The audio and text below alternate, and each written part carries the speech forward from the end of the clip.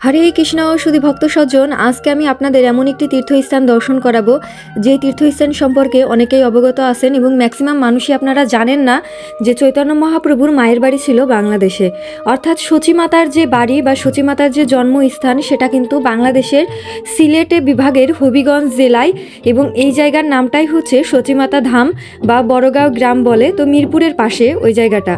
তো আমরা আগের দিন রাত্রে চলে আসবো ঢাকায়, এই জন্য বের হয়েছিলাম। যদিও আমরা প্রথমে গিয়েছিলাম ঢাকা দক্ষিণ অর্থাৎ মহাপ্রভুর পিতার বাড়িতে, অর্থাৎ তার পৈতৃক যে বাড়ি আছে সেই বাড়িতে।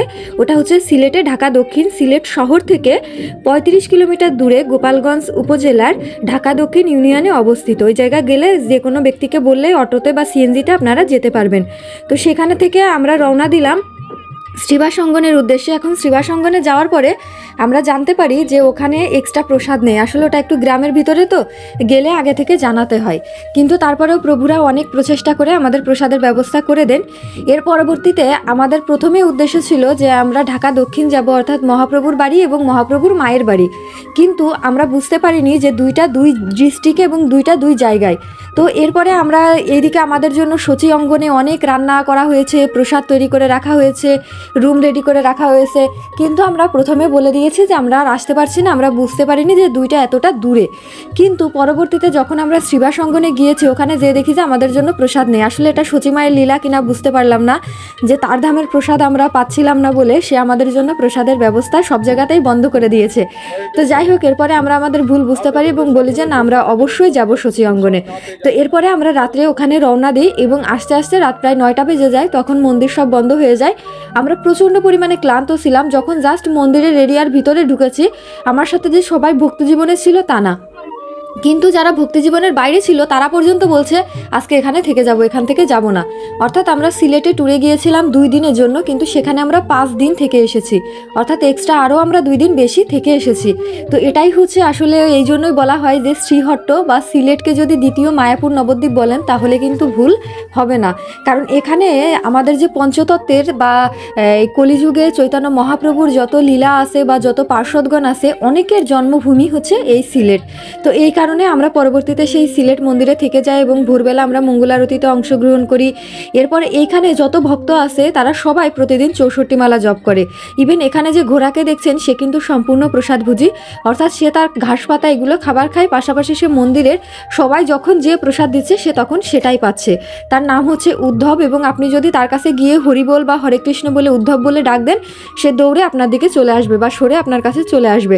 তা আমি নিজেও হচ্ছে এইখানে মঙ্গলারতি শেষ করে পরবর্তীতে এখানে যত পরিক্রমার স্থান আছে সেটা দর্শন করেছে। আর এই যে ছোট যে ভক্তকে দেখতে পাচ্ছেন, সে তার বাড়ি ঘর সব কিছু ফেলে তার বাবাকে বলেছে আমি ওই মন্দিরে চলে যাব। তো যাই হোক, পরবর্তীতে তার বাবাও এখানে নিয়ে এসেছে। দেখেন, আমি যখন নাম ধরে ডাকছিলাম আর হরে কৃষ্ণ বলছিলাম, সে বারবার শুধু আমার কাছে আসতে যাচ্ছিল। যদিও আমি একটু ভয় পাচ্ছিলাম, কিন্তু ওখানে প্রভুরা বলছিল যে কোনো ভয়ের কারণ নেই। আর সত্যি একটা কথা বলবো, এই সচিমাতা ধামে আমি যাওয়ার পরে ভিডিও বা ছবি আপলোড করার পরে ঠিক আমি যে অভিব্যক্তিগুলো ব্যক্ত করেছি, প্রত্যেক ব্যক্তি সেই রকমই অভিব্যক্তি ব্যক্ত করেছে। অর্থাৎ আপনি যদি একবার এই সচিমাতা ধামে যান, তাহলে ওখানকার প্রসাদ, পরিবেশ, প্লাস রাতের যে পরিবেশ এবং ওখানকার ভক্তদের যে সহজ সরল একটা জীবনযাত্রা, প্রতিটা জিনিস আপনার হৃদয়কে একদম স্পর্শ করে যাবে, যেটা আপনি সারা জীবন মনে রাখতে বাধ্য হবেন। তো এখানে হচ্ছে বড় প্রভু প্লাস আমরা যত এখানে প্রভুরা ছিল সবাই মিলে সকালবেলা উঠানে বসে প্রসাদ পাওয়া। তো এটা ছিল আমার জীবনে আরও বড় একটা পাওয়া, সত্যি কথা বলতে। এরকম সকালবেলা শীতের সকালে রোদে বসে প্রসাদ পাওয়া। ওখানে গিয়ে দেখি যে আমার পরিচিত আরও অনেক ভাইয়েরা ওই মন্দিরে থাকে, অর্থাৎ যারা আগে স্বামীবাগে ছিল বা অন্যান্য মন্দিরে যাদেরকে আমি চিনতাম, ওরাও দেখি যে রয়েছে। তো আমার পাশে যে ছেলেটা খাচ্ছে রনি, ও কিন্তু আগে স্বামীবাগে থাকতো, ও দেখি এখন ওই মন্দিরে থাকে।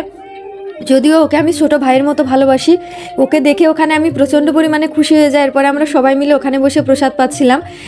আসলে আমি বললাম না যে আপনি যদি ওখানে না যান তাহলে এই জিনিসটা বুঝতে পারবেন না।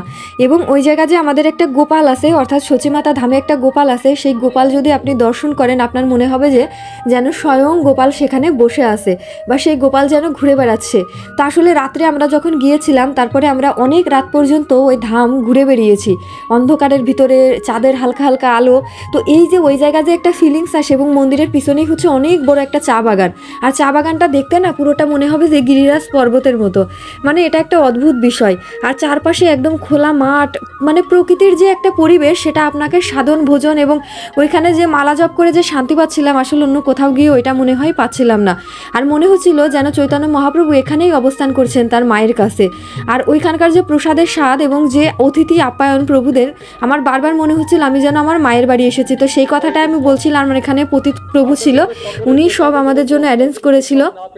এবং বড় প্রভুর যে আমাদের প্রতি যে ভালোবাসা এবং আমাদেরকে যতটা অনেক কিছু বুঝিয়েছে, আমরা যত প্রশ্ন করেছি বা প্রশ্ন ছিল মনের ভিতরে, প্রভু অনেক প্রশ্নের উত্তর দিয়েছে। সবচেয়ে একটা কথা ভালো লেগেছে, উনি বলেছে কখনো যদি কেউ তোমার কাছে কোনো কারণ নামে নিন্দা করতে আসে, কারণ নামে খারাপ কথা বলতে আসে, তুমি বলবে যে আমি ওইগুলো শোনার যোগ্যতা আমার নেই, ওইগুলো প্লিজ দয়া করে আমাকে বলবেন না।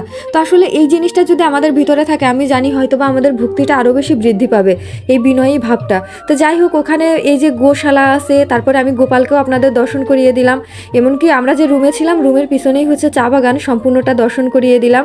তো পুরো ধাম থেকে আসার সময় জানেন না, বারবার মনে হচ্ছিল যেন আমি আমার মায়ের বাড়ি থেকে চলে যাচ্ছি। এতটা মানে অস্থির লাগছিল, সেটা বলে বোঝাতে পারবো না। একদিন মানে গিয়েছি কিছু সময়ের জন্য, সেখানে আমরা পুরো 2 দিন থেকে এসেছি। এটাই হচ্ছে সচিমাতা ধামের কৃপা। তো যারা যাবেন অবশ্যই, এবং যারা গিয়েছেন জানাবেন যে আপনাদের অনুভূতি কেমন। তো ধন্যবাদ সবাইকে, অবশ্যই আপনারা চাইলে যেতে পারেন।